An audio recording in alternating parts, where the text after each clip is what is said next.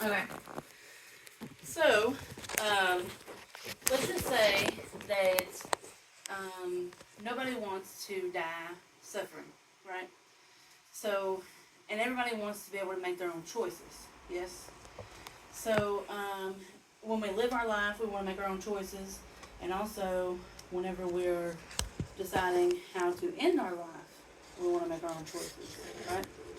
So, today we're going to discuss the problem of suffering during the end of life care in the United States and across the globe, look at ways that the International Association of Hospice and Palliative Care is working to combat this issue, and see some of the benefits to contributing to this program. This is a nonprofit organization that we're going to talk about. So, honestly, like we said, we all deserve the right to make decisions about the ends of our life and be free from pain and suffering. Just like we have the right to make decisions about living our lives. So also, there's a stigma surrounding hospice and palliative care. So the stigma is that it's for cancer patients, it's for people that are actively dying. There's also a stigma that hospice or palliative care is that they actually kill the patients or give them drugs to make them die faster, which is not the case. This, hospice and palliative care is their goal is to promote quality of life versus quantity of life. We want to make the end of life happier versus prolong it. So that's kind of what we're talking about here. So ultimately, around the world, these are just some numbers from around the world, 56.8 million people need palliative care or hospice. Only 14% actually get it. This is due to a lack of the medications they need, lack of information, like they just don't understand it, they don't know about it, or the policies that the government have in place, they don't make it to where it's available.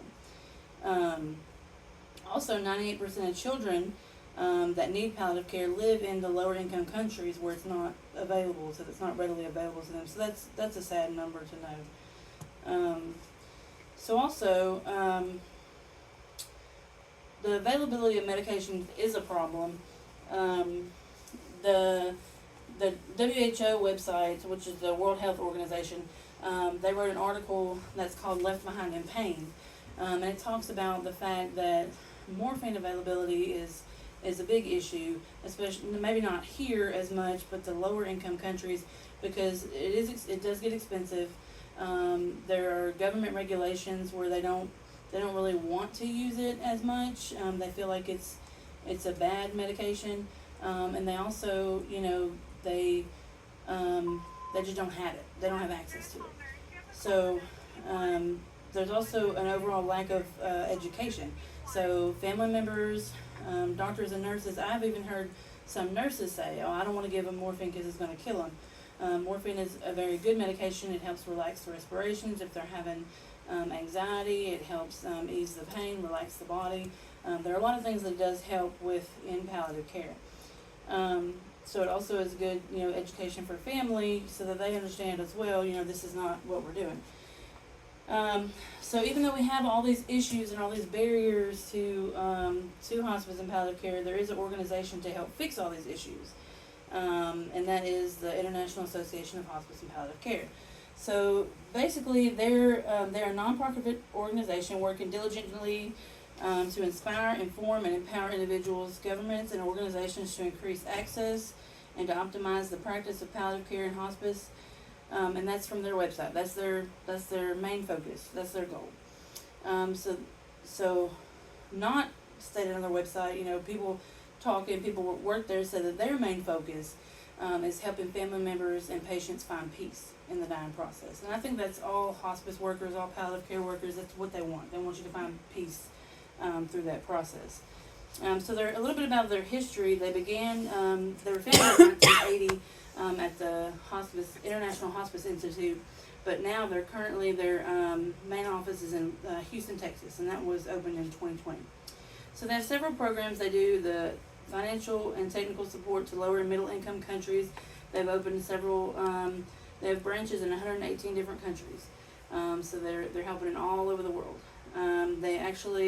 They do education, meetings, seminars, workshops to help get the education out there, get the information out there. They have scholarship programs to help people that want to go be educated from the lower income countries can come over here, get education, more information. And then they also have fellowship programs where we send people from here over to there, doctors, nurses, different people to go and work with those people to help them get a better understanding of what the purpose is. They also have different projects they work on, lists of palliative care medications, palliative care indicators, and also something called Pallipedia, which is a palliative care dictionary that is on their website. They have an advocacy program that advocates with other governments internationally to advocate for policies such as ensuring that all health policies and budgets include palliative care. They have websites, social media followings, all these things that have different, information and stuff like that. They keep up with the news, current news and stuff on palliative care and hospice. So they manage all of these things solely on website membership fees and donations from people that are interested in their cause. So that being said, that leads us to our next section where we're going to talk about the fact that they need your help. By assisting in the IAHPC in promoting education, availability of medications, and changing health policies, we can work toward a world free from health-related suffering. Educating people,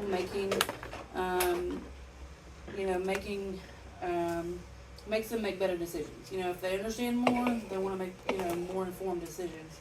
Not only that, but having the helping them when we donate to them, we help them make people around the world have a better understanding and have a better availability of medications. Also, relating to you guys, even if you are not the one dealing with hospice or palliative care, maybe a family member, so they don't only deal with the patients. They also palliative care also works with family members for grief support, social services.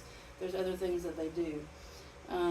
So everyone deserves the right to die with dignity on their own terms, and palliative care can help make that happen.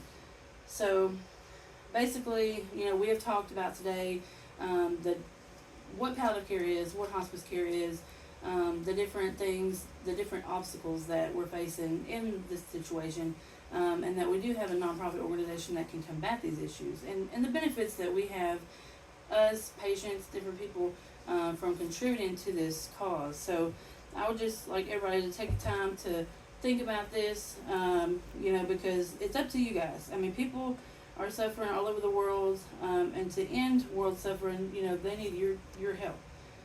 So you can donate online at https://hospicecare.com/donate, or you can call 1-866-374-2472.